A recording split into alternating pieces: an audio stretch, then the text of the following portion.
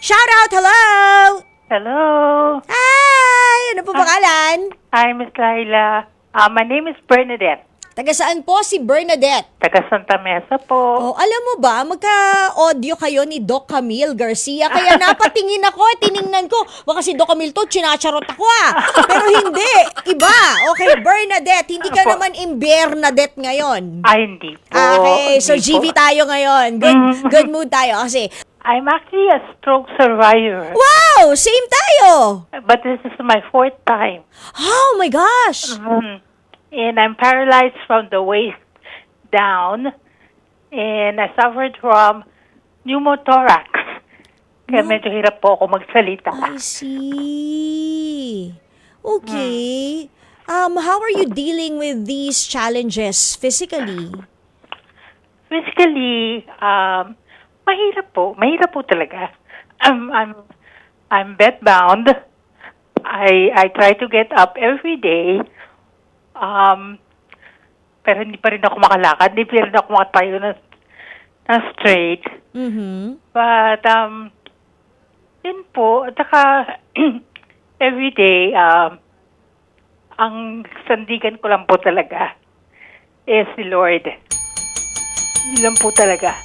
Tama yan. Ako, sa kanya lang din ako laging kumakapit eh. Opo. Alam mo, you said, di ba, na 4 na beses ka nang nasa-stroke and you also have a problem with your pneumothorax. Alam mo, nung na-stroke ako, simula nung na-stroke ako, ang sabi ko sa kanya, mabubuhay ako kung hanggang kailan mo gusto. Kapag siguro tapos na yung mga pinapagawa mo sa akin dito sa mundong ibabaw, that will be the day na wala na rin. Finish line na, kumbaga. So sabi ko, simula ngayon, lahat, yes, Lord na lang ako. Kahit ano pa ang dumaan sa aking challenges, sige lang, alam ko, kakayanin ko yan. Alam po ko. yun. Dahil lagi ko siyang kasama. So, Totoo po yun. Kasi ako, yung bali, this is my 10th year. First stroke ko pa was 2015. 2015. January 5. Ilang taon kayo nun? 45 at that time. Oh. Mhm. What was your stroke? Was it like TIA or... I suffered TIA 2014, Okay. October. And then my massive stroke was 2015. Yun na po yung talagang stroke ko na Uh-huh. I was paralyzed somehow. Uh-huh. And then, I went on physical therapy Mm. for like 2 weeks. Mm-hmm.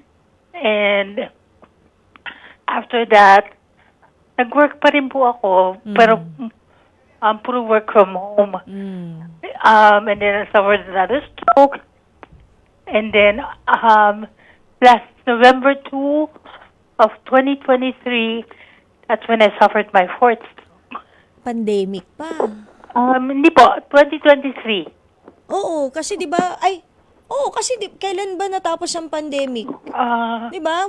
Medyo 20 ano pa rin, medyo lumawang Opo. lang ang restrictions pero nasa pandemya pa rin tayo. Opo, totoo nung po, opo. Time na 'yon, hindi Opo. ba? But I'm still very grateful. Kasi, during my first year, I tried. Sorry, pero I tried. Yeah, okay. Because were you feeling hopeless? Yes. And depressed. I tried it twice. And then, Disclaimer po sa lahat ng mga nakikinig. Okay.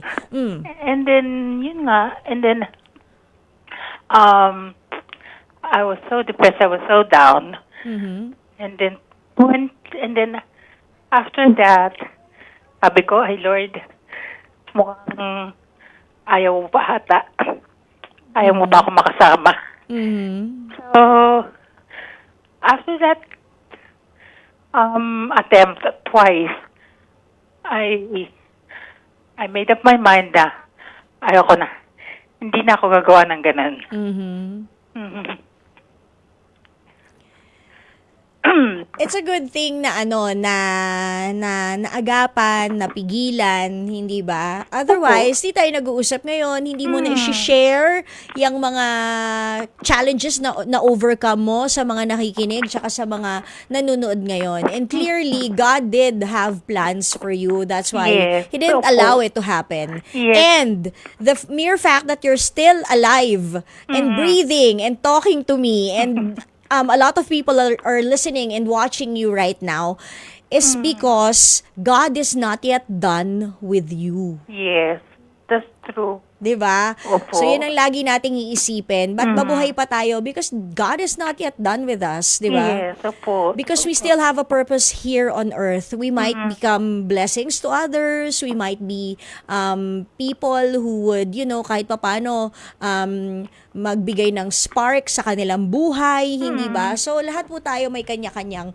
purpose. So, Bernadette, thank you 2025 dahil... I'm still alive. Yes! Di ba? Pure tayo dyan. I'm sure ang mga maintenance mo, may mga parehas tayo. To tell you the truth, Oh. I'm not taking in any maintenance meds. Why?